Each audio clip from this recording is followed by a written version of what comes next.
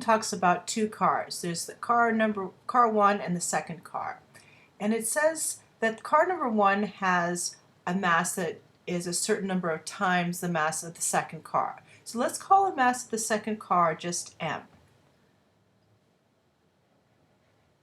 And then the mass of car one is that number times m. So if it says 2.5 times what m is, then it would be 2.5 m. Or if it says twice what m is, that would be 2m.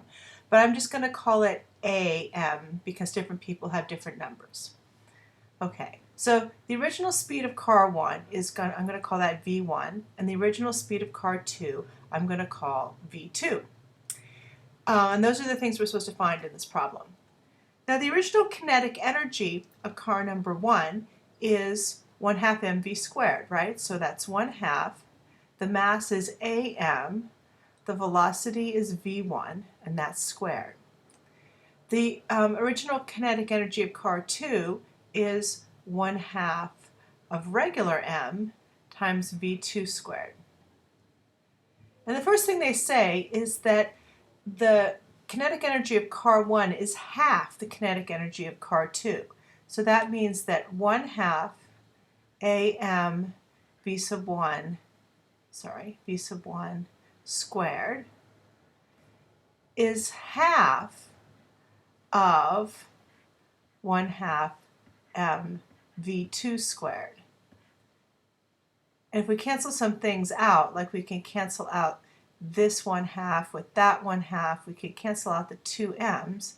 That tells us that a v1 squared is equal to 1/2 v2 squared, which I'd like to simplify to v2 squared is equal to 2a v1 squared, or v2 is equal to square root of 2a v1. All right, then the other thing they talk about these new speeds. So the new speed of car 1 is v1 plus whatever they tell you in the problem, the increase in speed. So I'm going to call that b, the increase in speed. And then car 2 has the same increase in speed, so its new speed is v2 plus b.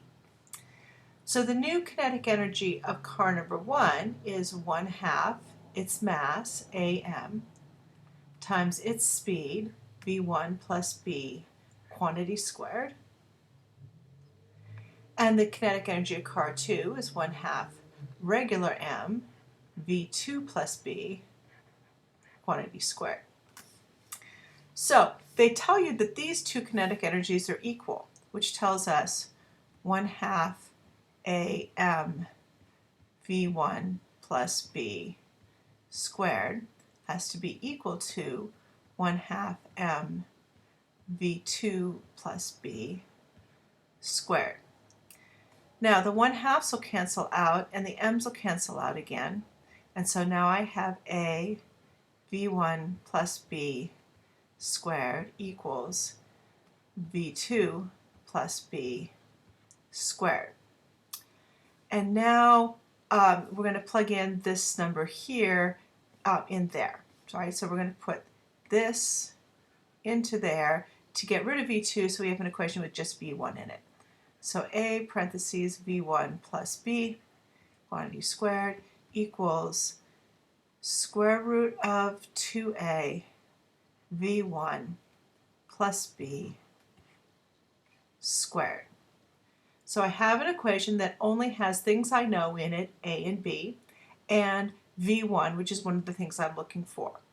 So in some order, you're going to do two things. You're going to put in your values of a and b, and you're going to use a quadratic formula. In order to use a quadratic formula, of course, you have to have everything on one side and 0 on the other side. You would probably choose to put your numbers in now, but I'm not using numbers, so I'm going to do it without putting the numbers in now. But if you want to put in the numbers and just go ahead and do it, use the polynomial function on your calculator, and you'll come up with v1. After you have v1, you have to come back in here to find v2.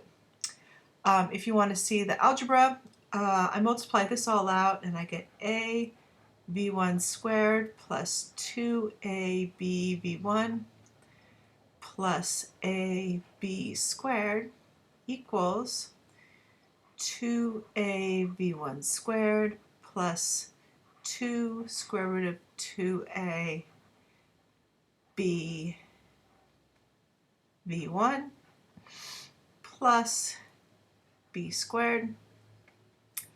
And I combine like terms and make everything equal to 0. So I'm actually going to bring everything over to this side and say 0 is equal to a v1 squared plus 2b parentheses square root of 2a minus a v1 plus 1 minus a b squared. And that I can put in the a and the b in there. There's my c term, there's my b term, there's my a term for the quadratic formula in the calculator.